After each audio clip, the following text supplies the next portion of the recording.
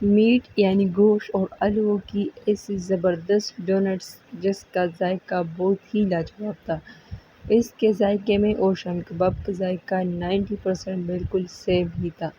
تو بسم اللہ الرحمن الرحیم، السلام علیکم ویورز، کیسے ہیں آپ سب؟ امید کرتی ہوں کہ میرے پیارے ویورز ٹھیک ٹھاک ہوں گے اور اپنی زندگی میں خوش باش ہوں گے۔ تو آج میں نے آپ لوگ کو بہت ہی آسان طریقہ بتانا ہے کہ میں نے آج کس طرح سے گوشت اور آلو کے ڈونٹس اتنے آسانی کے ساتھ اور اتنے اچھے ذائقے کے ساتھ کیسے پکائے تھے۔ اس کے لیے میں نے کوئی زیادہ اضافی محنت نہیں کی تھی، بلکہ میں گھر میں عام روٹین کے حساب سے گوشت کا سالن پکا رہی تھی۔ اسی میں سے میں نے چند بوٹیوں کو بڑے سائز میں چھوڑ کے اور 4 آلو شامل کر کے اسی سالن میں ڈال دیے اور اس کو گوشت کے ساتھ ایک ساتھ پکا دیے۔ تو پکانے کے بعد یہ آپ لوگ دیکھ سکتے کہ جو آلو ہے وہ بھی پک چکے ہیں اور جو گوشت ہے وہ بھی۔ آلو کو میں نے چھلکے اتارے اور گوشت کو بھی میں نے چھوٹے چھوٹے ٹکڑوں میں تقسیم کیا ہے۔ یہاں میں نے اس کے لیے کچھ جو ثابت کالی مرچ ہوتی ہے اس کے دانے لیے ہیں اور 2 عدد سرخ مرچ ہے، اس کو میں نے اچھی طریقے سے پیس لیا ہے۔ اب اس آلو اور گوشت میں وہ ایڈ کیے ہیں، آپ لوگ دیکھ سکتے ہیں۔ اور اس کے علاوہ میں نے اس میں حسب ذائقہ نمک ایڈ کرنا ہے اور نمک کے ساتھ میں نے اس میں 1-2 چمچ میدا لیا ہے اور گرم مسالہ اور بریانی مسالہ میرے پاس موجود تھے، وہ میں نے 2 مسالے اس میں ایڈ کیے ہیں۔ آپ لوگ کے پاس گھر میں جو بھی مسالہ جات اویلیبل ہو آپ لوگ ڈالنا چاہتے ہیں تو ڈال سکتے ہیں۔ یہ بہت ہی کمال کی آئیڈیا ہے، نہ کوئی اس کے لیے محنت کی ضرورت ہے، بلکہ جب بھی آپ لوگوں نے سالن پکانا ہو تو اسی سالن میں سے آلو اور گوشت کے کچھ ٹکڑوں کو بڑے حصے میں اس میں ڈال تاکہ آپ لوگ کو پتہ چلے اور وہ تار آسانی سے ہو جائے۔ تو اسی طرح آپ لوگ اس کو سالن کے ساتھ پکائے اور پھر اس سے اچھے سے ڈونٹس پکائے۔ آپ کے بچوں کو یہ بہت زیادہ پسند آئیں گے کیونکہ یہ بہت ہی لاجواب تھے۔ ذائقہ اس کا تھا کہ میں بول نہیں سکتی کہ مجھے تو لگا کہ بس میں شامی کباب کھا رہی ہوں۔ تو آپ لوگ ضرور اسے ٹرائی کریں۔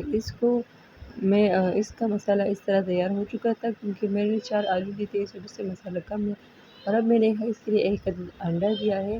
انڈے کو میں اچھی طریقے سے اس کا پیسٹ بناؤں گی، اس کو اچھی طریقے سے مکس کرنا ہے چمچ کی مدد سے تاکہ میں کباب بناؤں تو اس کے اندر ڈپ کروں۔ انڈے کے ساتھ یہ بہت زبردست بنتے ہیں، انڈے کے بغیر یہ زیادہ تر توڑتے ہیں۔ تو آپ لوگ بھی اسی طرح ٹرائی کریں۔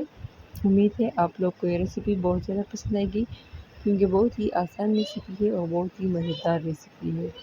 انڈے کو میں نے اچھی طریقے سے پیس لیا ہے، اس کا پیسٹ بنا لیا ہے، آپ لوگ دیکھ سکتے ہیں۔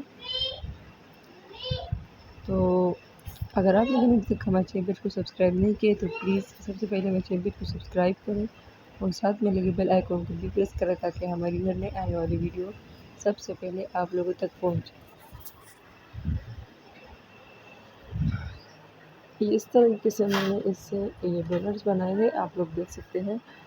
گول ٹکیاں بنائی ہے اور اس کے اندر سے میں نے انگلی کی مدد سے سوراخ کیا ہے تاکہ اس کا جو شیپ ہے وہ ڈونٹس کی طرح بنے اور میرے بچوں کو زیادہ پسند آئے۔ اب یہاں میں نے اس کو پکانا ہے، فرائی کرنا ہے۔ یہ سب کچھ تو آلریڈی پک چکے ہیں لیکن اس کو صرف فرائی کرنا ہے۔ یہ آپ لوگ دیکھ سکتے ہیں۔ ہمارے چینل پیج پر بہت اچھی دیسی اسٹائل ویڈیوز موجود ہیں کھانوں کی، اگر آپ لوگ دیکھنا چاہتے ہیں تو چینل پیج ضرور وزٹ کریں۔ ہمارے پاس جو ڈونٹس ہیں وہ ایک طرف سے پک چکے ہیں، آپ لوگ دیکھ سکتے ہیں۔ ماشاءاللہ سے ڈونٹس کمپلیٹلی تیار ہو چکے ہیں، پک چکے ہیں اور بہت ہی زبردست ہے۔ انڈا جو آخر میں جو انڈا بچ گیا اس کو بھی میں نے پکا کے اس کے اوپر رکھا، بہت ہی زبردست آئیڈیا ہے۔